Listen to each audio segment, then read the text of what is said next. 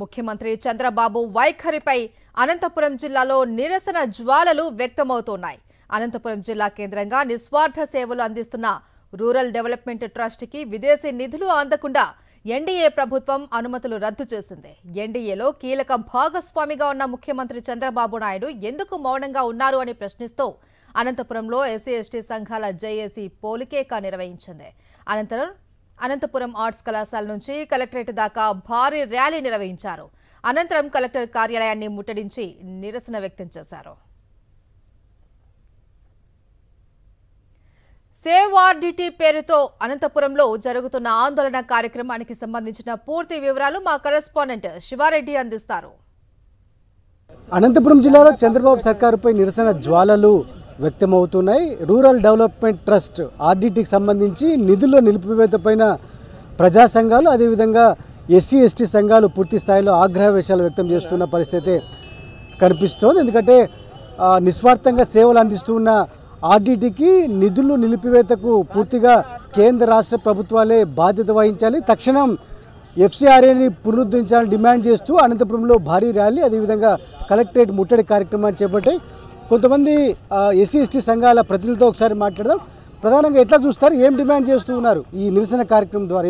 ఇది అనంతపూర్ జిల్లాకి 1969లో father Vincent పెర్రర్ గారు రావడం జరిగింది. మరి అప్పటి నుంచి ఇప్పటి వరకు 56 సంవత్సరాల పైచిలుగా దాదాపు సంవత్సరానికి 500 కోట్ల బడ్జెట్తో ఎస్సీ ఎస్టీలే కాదు అన్ని వర్గాల పేద ప్రజల అభ్యున్నతి కోసం వారి సంక్షేమాన్ని ఆశిస్తూ అభివృద్ధి పరిసే లక్ష్యంగా పెట్టుకొని ఇప్పటి వరకు సేవలు చేసినటువంటి ఆర్డీటీకి కేంద్రంలో బీజేపీ పార్టీ అధికారం ఎప్పుడైతే చేపట్టిందో అప్పటి నుంచి గడ్డుకాలం అనేది దాపురించి పెరుగుతూ వస్తుంది. మరి ఆ క్రమంలోనే పూర్తిగా విదేశీ నిధులు అనేటివి ఆర్డీటీకి ఆపివేయడం అనేది చాలా బాధాకరమైనటువంటి అంశం. కేంద్ర ప్రభుత్వంలో భాగస్వామ్యంగా టీడీపీ కూడా ఉంది, జనసేన కూడా ఉంది. ఎందుకు వారు కూడా మౌనంగా ఉంటున్నారు?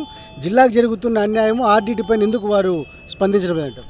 అనంతపూర్ జిల్లాలో కూటమి ప్రభుత్వంగా బీజేపీ, టీడీపీ, జనసేన 3 పార్టీలు ముచ్చటగా కలయిక ఏర్పరచుకొని అధికారం చేపట్టాయి. మరి అధికారం చేపట్టిన తర్వాత ఆర్డీటీకి సంబంధించినటువంటి విదేశీ నిధులను ప్రవేశపెట్టే విధంగా చర్యలు తీసుకోవాలని చెప్పేసి మేము 2 తెలుగుదేశం పార్టీకి సంబంధించిన ఎంపీలని మరియు 3 మంత్రులను కూడా కోరడం కూడా జరిగింది.